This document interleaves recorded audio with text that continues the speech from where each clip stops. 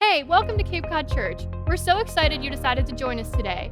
If you're not familiar with Cape Cod Church, check us out online at www.capecodchurch.com or follow us on social media at Cape Cod Church. In the meantime, enjoy this message from our current series, Home. We are in for a special treat this morning because with us we have Gordon and Gail MacDonald. And I wanted to come out and give a brief introduction. First, I wanted to introduce Gail, who's sitting over here with Tammy and Britt. Would you welcome Gail this weekend? Yeah. So, this month, Gordon and Gail are celebrating their 60th anniversary. What? Man, how impressive is that?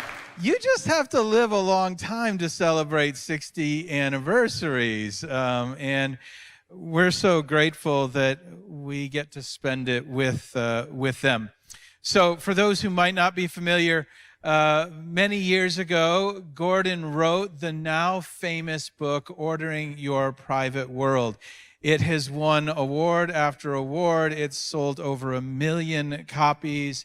And it has been part of the spiritual formation for a generation of believers, myself included. In fact, I mentioned this in the last service, I think there's a generation of us who now journal our prayers because of the influence that that book had on our spiritual lives. And over the last 5, 6, or 7 years, Gordon and Gail have become something of friends and mentors in our lives. And I can't tell you how grateful I am for that, to be able to lean into the wisdom and the experience that they have together. And this weekend, for the first time in 1.5 years, Gordon is preaching in a church service. And I'm just so grateful we get to have him here to do it. I know it's road race weekend. I know there's 100,000 sweaty people downtown Falmouth, but y'all made the right choice because Gordon, I got to hear it in the first service. This is such a blessing, so get ready. And would you help me welcome to Cape Cod Church, Gordon MacDonald?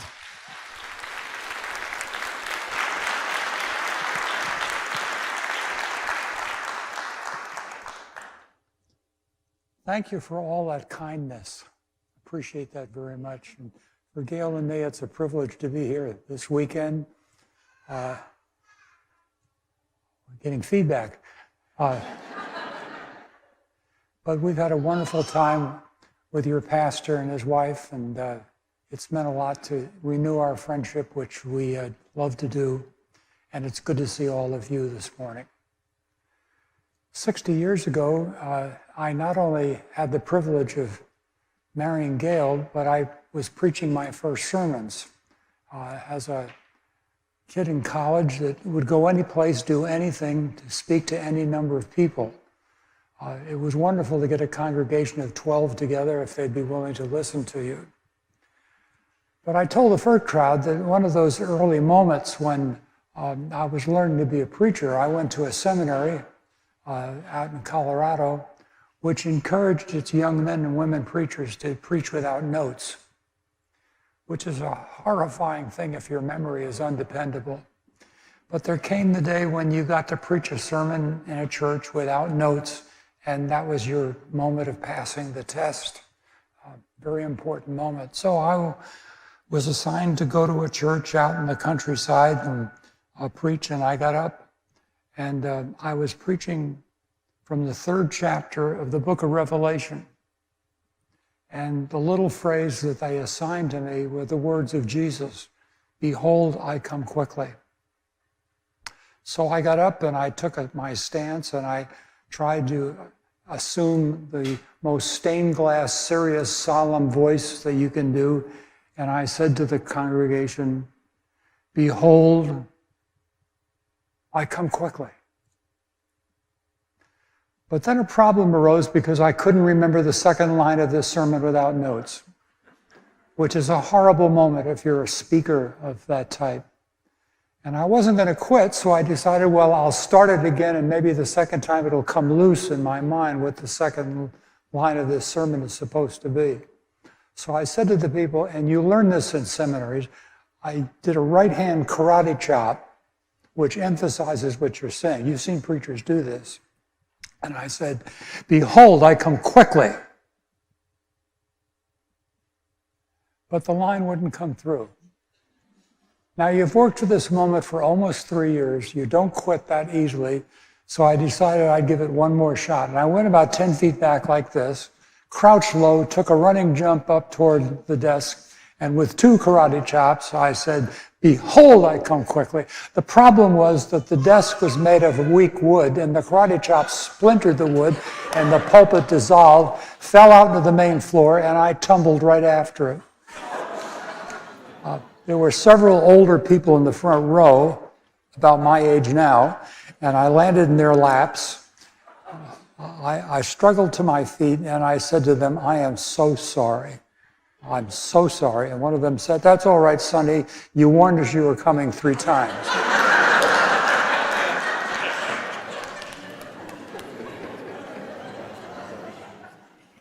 I'm not in the habit of starting sermons with jokes. But as you understood when Pastor Ben said a few moments ago, it's been a long time since I've stood in a pulpit because of this pandemic thing, so I needed to test the sound of my voice, and you were very kind. Thank you. I was watching a play on television a few weeks ago, and I took note that at the end of the play, there was a crawl on the screen vertically that was naming all the credits of the people who participated in the making of this stage play on television. The producers, the directors, so on and so forth, and then the actors. I noticed for one of the first times, I'd never really thought about this before, the significance of the chain of names of the actors. The first people in line were the stars of the show, the people who were best known, who carried the weight of the program, of the play, and were the famous actors who made the most money. They were the stars. Then behind the stars came a list of people that you and I might call the supporting actors. Now, the supporting actors are supposed to give and take with the stars to create the drama or the energy of whatever the story is in the play. So the stars use the supporting actors to get their job done. There's a third group, if you're interested in this little lecture on the theater, and that would be a third group of people that sometimes are called bit players. They are walk-ons. They often sit around the background. For example, if it's a restaurant, they're seated at the tables and they're talking to each other. And you wonder, what in the world do these people talk about when they're bit players on the back of the screen? Maybe you've never been bothered by that. That's the kind of thing that disturbs me. But I got to thinking about these stars and the supporting actors. And somehow the pushover or the jump, the bridge over to what I have done with my life and many of you have done with yours became clearer and clearer to me.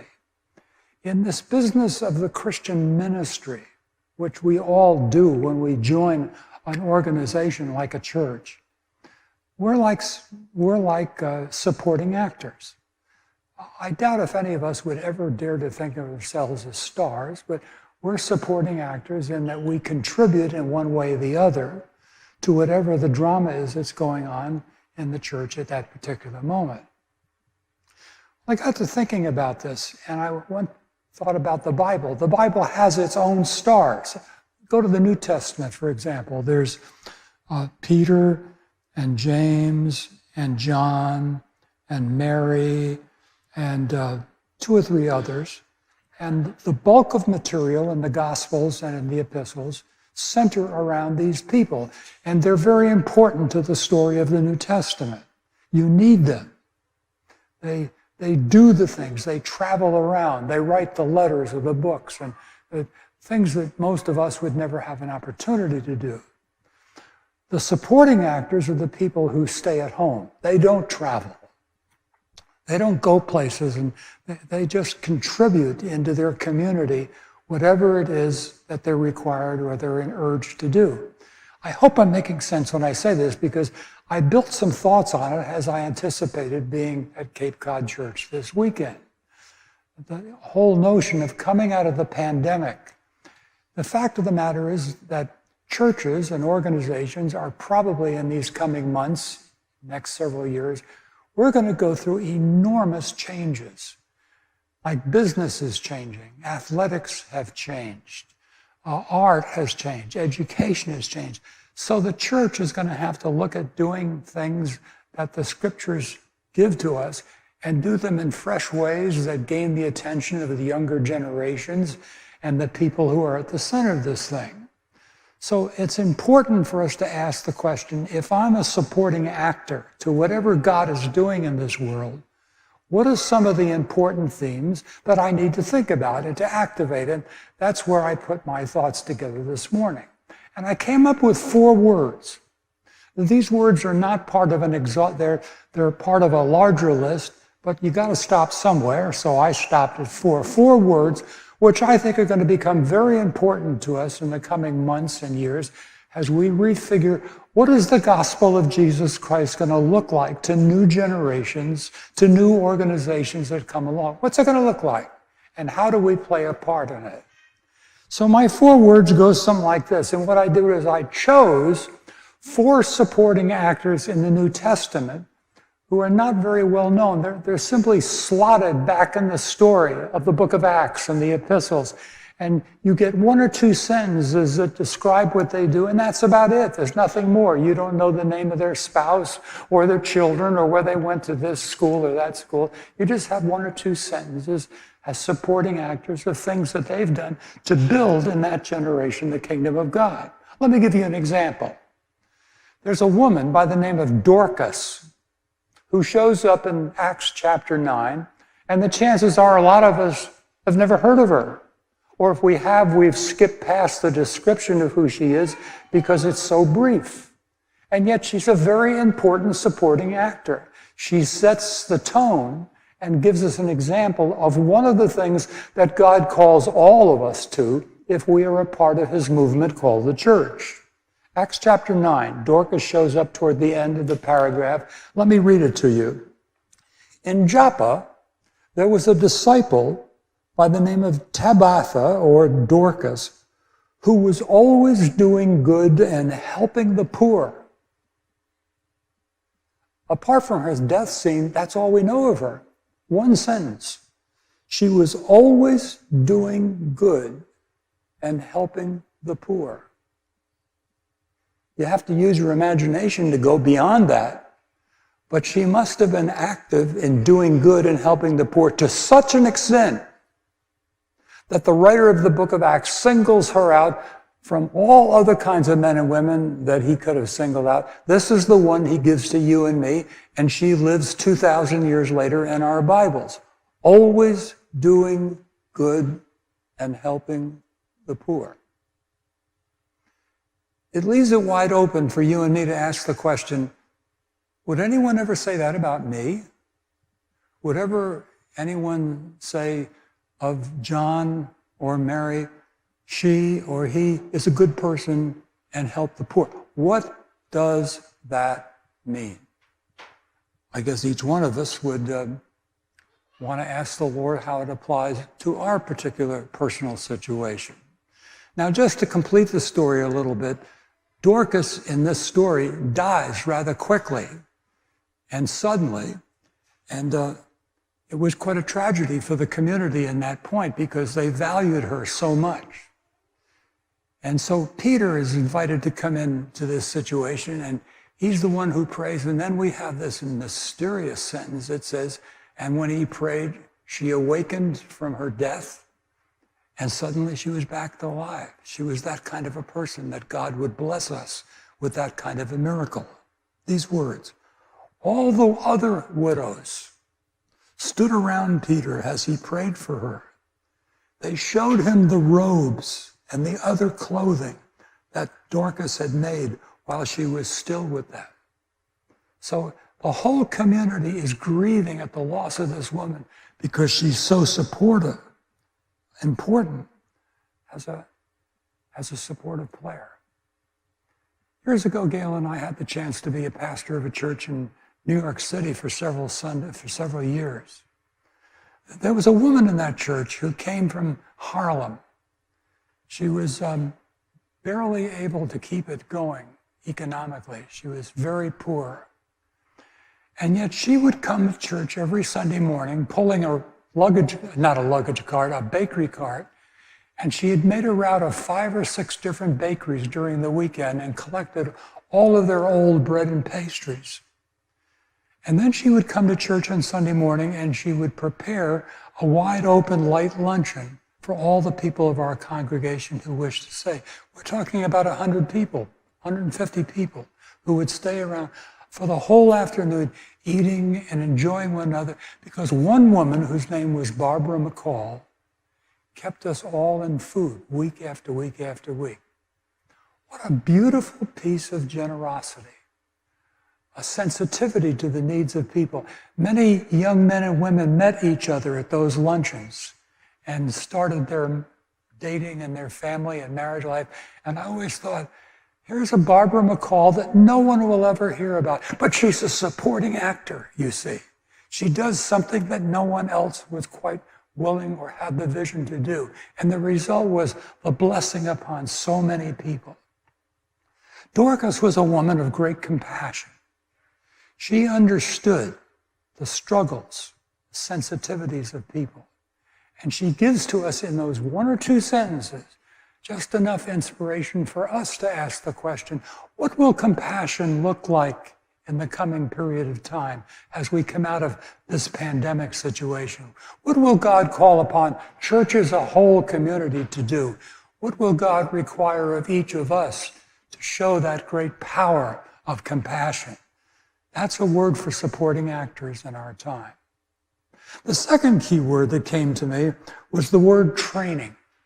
Not far after the story of Dorcas comes the story of a married couple whose name is Aquila and Priscilla. We don't know much about them. We don't know if they had children. We just know that they lived in Rome for a while and had to leave there. We know that they came to the city of Ephesus and they became leaders in their church. But there was one thing that they are profoundly known for. Let me read it to you from the scripture. This is Acts chapter 18. There came to the Ephesian church a man by the name of Apollos. He was a learned man with knowledge of the scriptures. He'd been instructed in the way of the Lord and spoke with great fervor. And he taught people about Jesus accurately. He began to preach or speak boldly in the synagogue. And when Priscilla and Aquila heard him, they invited him to their home and explained to him the way of God more accurately. It's an interesting phrase. They taught him and explained to him the work of God more accurately. Aquila and Priscilla had this dream of training younger people. They saw their home as a place to invite people in hospitably, and there they would open the scriptures and teach them into Christian maturity. Many of us in this room probably can look back over the many years, particularly when we were younger, and remember that 1 or 2 people, that older man, that older woman, or that older couple who invested in us. They were there for us in the moments when we needed it the most. I am a product of any number of Aquila and Priscillas who made their way into my life at appropriate moments to teach me and to make sure that I was growing at the rate that God wanted me into adulthood. It's always good to ask yourself as you go backwards, who were the men and women who stand out in the shaping of my life, and how did God use them to make a difference in my life? I could take you for the next hour naming those kind of people that I knew as a younger man. Let me tell you about one for just a few seconds. His name was Win Cassins. He was a rancher. His home was literally on the state line between Kansas and Colorado. And in my seminary days, I was asked by a little church not far from where he lived to be its pastor. Now, our record attendance at our church was 50 people, and that's not very large. And Gail and I would drive every weekend for 175 miles east from Denver to that community where I would preach on Sunday, and then we would return to Denver on Monday for more schooling. We love those people. But from the man Win Casson, he was a man who believed, like Aquila and Priscilla, that younger people ought to learn. So when we came for the first times, he came to me and he said, if you're going to be a pastor of the ranchers and farmers in this country, and we were at a place 7 miles from the nearest paved road and 25 miles from the nearest town. So you're talking about rural America. And so he comes one day and he says to me, Gordon, if you're going to be an effective pastor to the people of our area in ranching, you're going to have to learn how to ride a horse. A horse.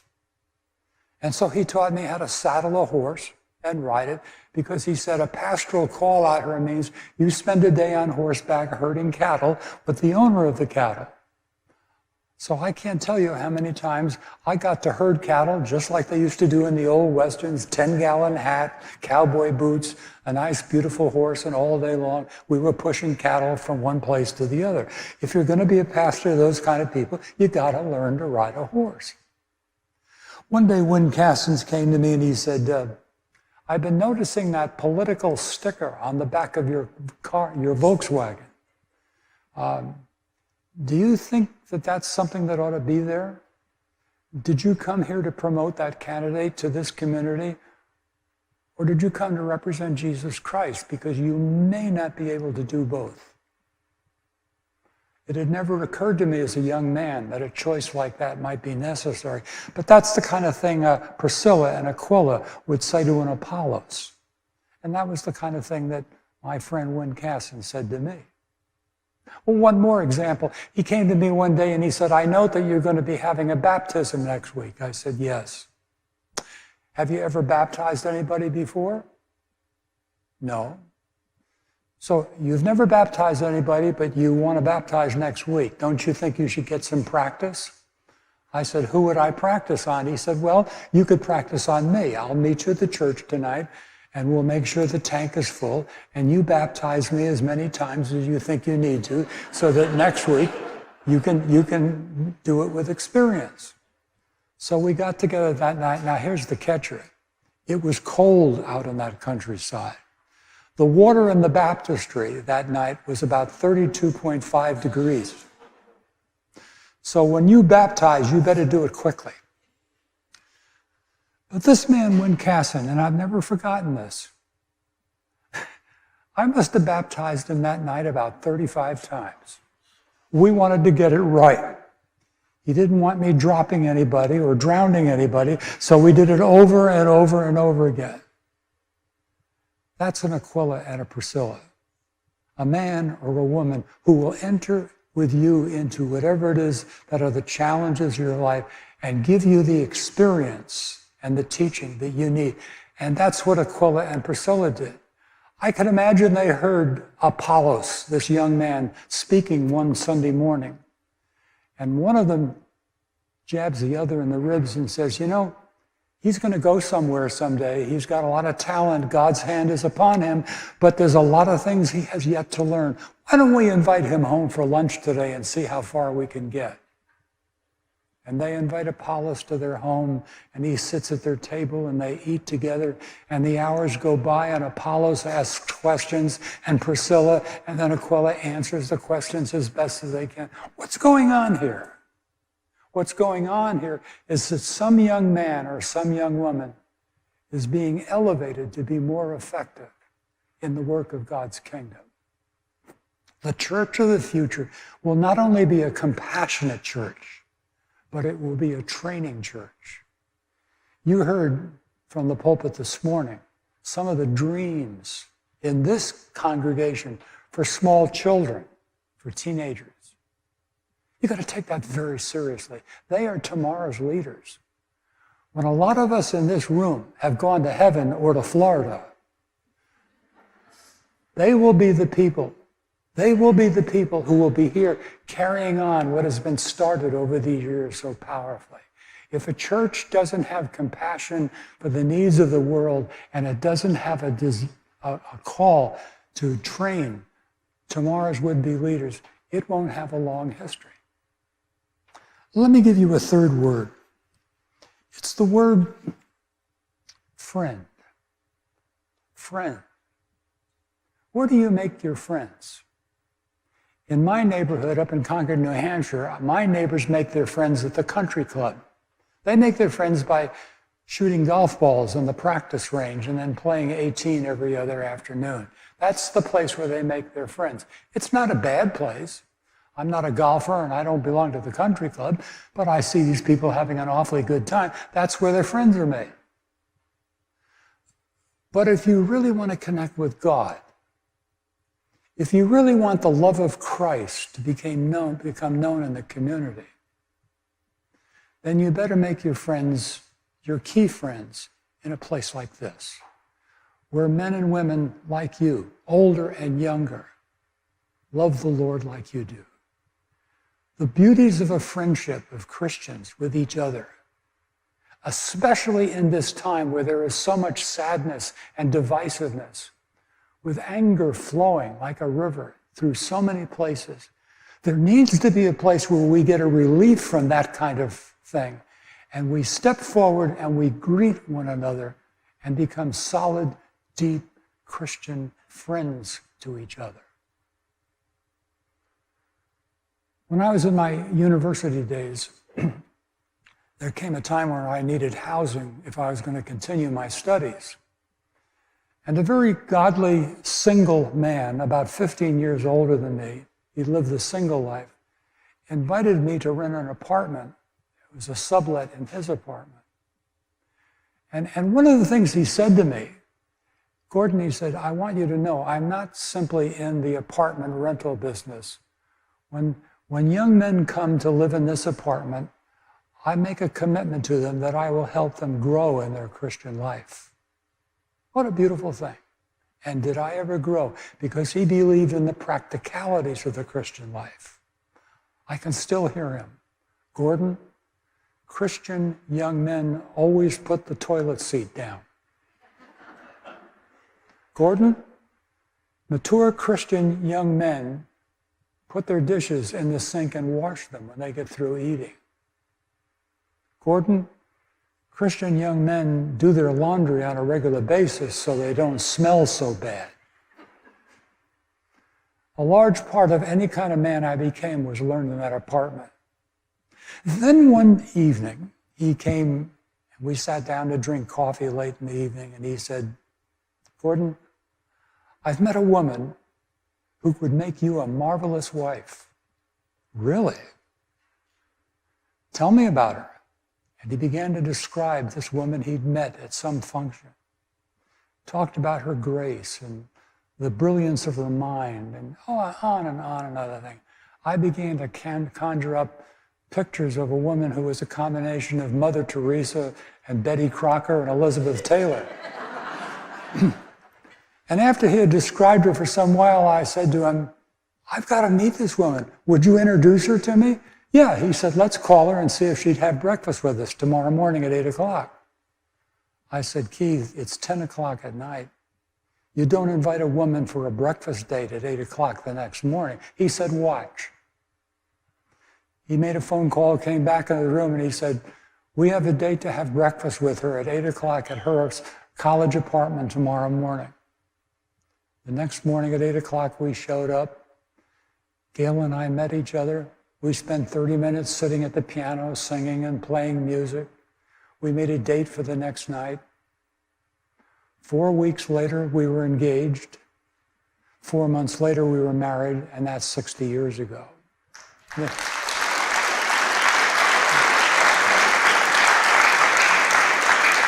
Now, I tell you that story, and there's an important point to make out of it. Why would Gail and I make decisions so fast in such a way? Because we had a friend. We had a mutual friend who knew us both. We trusted his judgment. We trusted his sensitivity. And when he said, Gordon, I've met a woman who would make you a wonderful wife, I didn't have to spend the next 2 years flirting and dating and doing all kinds of silly things, because my friend knew me well enough to say, this is a person who quite likely would fit the direction in life that you're going. That's what friends are for. They help us to see God's purposes for our lives. They warn us and they correct us when we're going in the wrong direction. Friends often speak the words of God to us. Friends are people who will help us to shape our lives. I got the fingerprints of my friends all over me over the years. And to try to live a Christian life without friends is nigh to an impossibility. So a church in the future like this one will want to give its mind toward how it expresses its compassion, how it trains its younger leaders for the future, how it provides opportunities for men and women of all ages to become friends. When you have those three going for you, Jesus is probably going to stimulate that church into greater growth and effectiveness than anybody could imagine. Let me give you one more word. It's the word redeemed. It's the word which describes what a church does when it comes out into the world and engages with broken people. People whose lives have sometimes fallen apart. People with lives that don't have a sense of deep direction. People who've made tragic mistakes and are suffering the consequences of it. Who redeems these people? Well, there's always AA and 100 other organizations, but nobody can quite do it the way a church alive with the presence of Jesus can do it. Listen to John. This is how we know what love is. Jesus Christ laid down his life for us, and we ought to lay down our lives for our own brothers. You know a church is alive when it believes in redeeming people and bringing them close to Jesus, where they can make a decision to commit their walk for the rest of their lives with what he has for them. Redeeming. It's the most important thing we can do. And so it's my privilege this morning to present you with 4 descriptions of supporting actors. People who operate with compassion toward a world that is suffering. People who believe in training young people and developing them toward maturity. People who know how to bring other people together and form solid friendships which exalt the love of the Lord Jesus. People who look into a world and they look into the eyes of broken people and they pull them close and they redeem them. The story that so impresses me is the story in the little tiny New Testament book of Philemon. It's the story of a man who'd left Philemon's business world or his home, and he was a slave and he'd run away and he'd gone to Rome and tried to get lost. And there somehow he came in contact with the Apostle Paul. And his life was changed. He went from being somebody captured by the pagan world through Paul to understand what it meant to walk with Christ. And there comes a day when Paul writes to Philemon, his old slave master, and he says these words, I appeal to you, Philemon, for my son Onesiphorus, who became my son while I was in chains. Formerly he was, and now Paul plays with words in the Greek language. Formerly he was useless. Onesimus, with a slight pronunciation, can mean useless. But now he is useful. See the change? He can be useful both to you and to me. I'm sending him back, Philemon, he who is my very heart. I'm sending him back, and perhaps the reason he was separated from you for a while is that you might have him back for good. No longer as a slave, but better than a slave, a brother. Listen to the words there of a redeemed person. Onesiphorus has become my son. My son. Onesiphorus has become a person who's useful. Onesiphorus is now a man who's deep into Paul's heart, and Paul looks upon him like a father. Onesiphorus has become a brother. That's one of the most profound messages we can give to this society that we're living in these days. We are not slaves.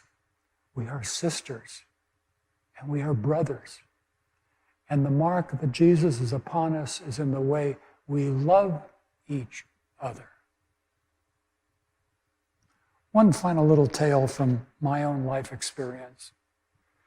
I had the privilege of being a pastor of a wonderful congregation that was growing very fast over the years. As you very well know, you get into a church like this one or the one that I'm describing, and if people start coming, if the Word of God is honored, people begin to become redeemed. The church begins to grow. With the growth of the church come more buildings and more staff and more programs and more adjustments to the budget. And it can scare a lot of people. It scared me more than once. One night we were having a business meeting at our church. We had to vote on some very expensive initiative that was very, very thrilling, but it did scare a lot of people, including this guy right here. I sat off to one side with my wife, Gail, and we listened to the congregation as they debated the ups and downs, the goodness and the not so good things of this big initiative. And as things were going, my own sensitivity was, this meeting is not going well. And I said to Gail 2 or 3 times, we're going to lose this one. The people are going to say no. This may be where this growth, the growth of this church begins to cease and slow down. We may lose everything beginning this evening. When the meeting reached maybe its lowest point, suddenly a man off on this side stood up and he started toward the stage. Now this man was an elder in our church. He was probably 75 years of age. He was not particularly attractive. He didn't have a high-paying job. He and his wife and one older child who was handicapped in some way lived in a very modest center. So he was not the kind of person you respected because he was wealthy and powerful and out of Harvard Business School and that stuff. He was just a supporting actor. He was a man who loved Jesus and who loved his church and loved the people in that church. So why couldn't he be allowed to get up and come up to the stage and stand at the microphone?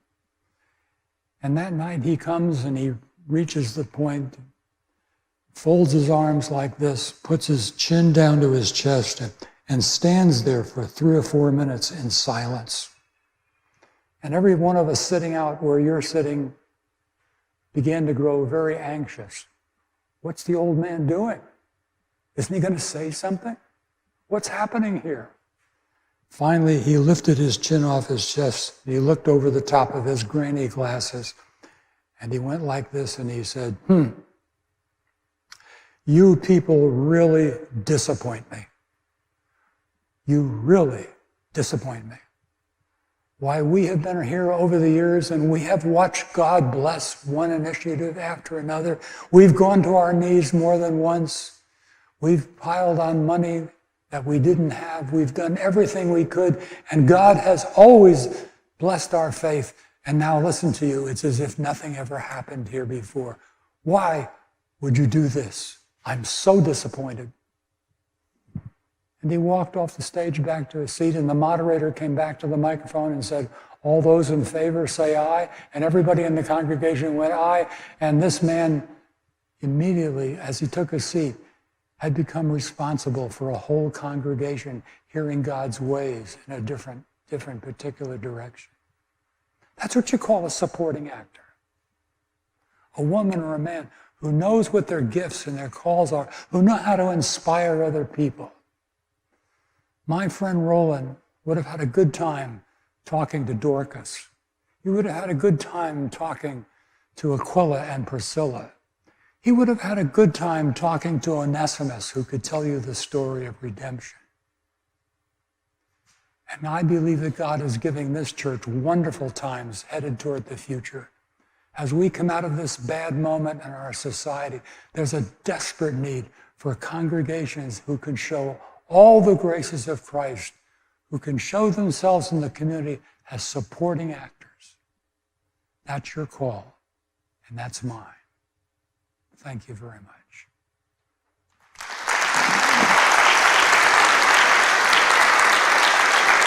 May God be with you.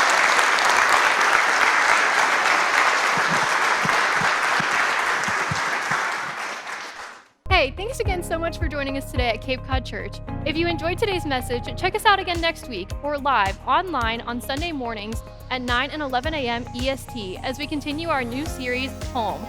Also, we here at Cape Cod Church are so excited to meet you and get to know you. So just fill out a Connect card down in the caption and someone from our church will reach out to you very soon. Lastly, share this message with a friend, and if you want to support us, leave us a like or subscribe so you never miss out on a message. Thank you so much again for joining, and we'll see you again next week.